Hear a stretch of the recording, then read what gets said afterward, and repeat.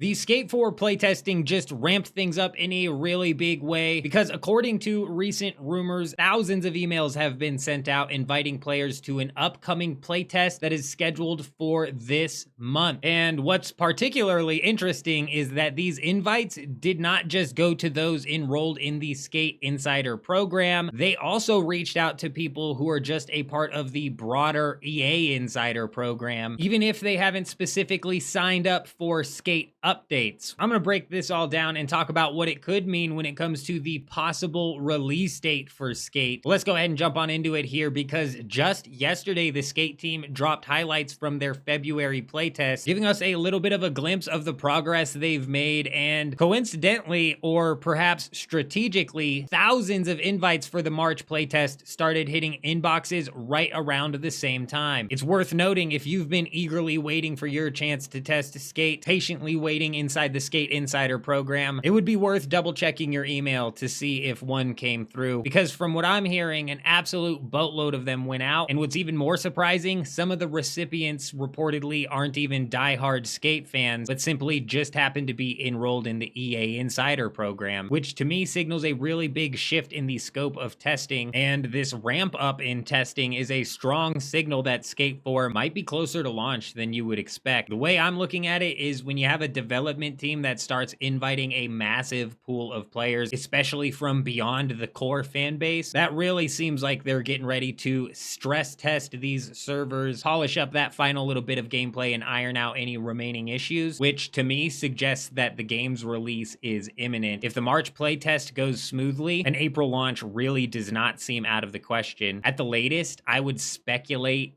June, but this is all just speculation, so be sure to take it with a grain of salt, especially because when we jump into the February playtest highlights, there are still some of these trees scattered around that look like they came straight out of the PS2 era, as well as some missing textures. But I've argued before that these are really minor things that could technically be placeholder trees, and these are definitely placeholder textures that are missing, and all of that is really easy to swap out. The core gameplay, which is what really counts, does appear to be shaping up really well, and that's what has me so optimistic when it comes to a release date very soon. I'm beyond excited to see what Skate 4 has in store, and I'm hoping we won't have to wait much longer. What do you guys think though? Let me know down in the comments. Could we see a release as early as April, or would you expect it to be a little bit later in the year? Let me know your predictions and reactions in the comments below, but that's all I wanted to break down today. I'm out.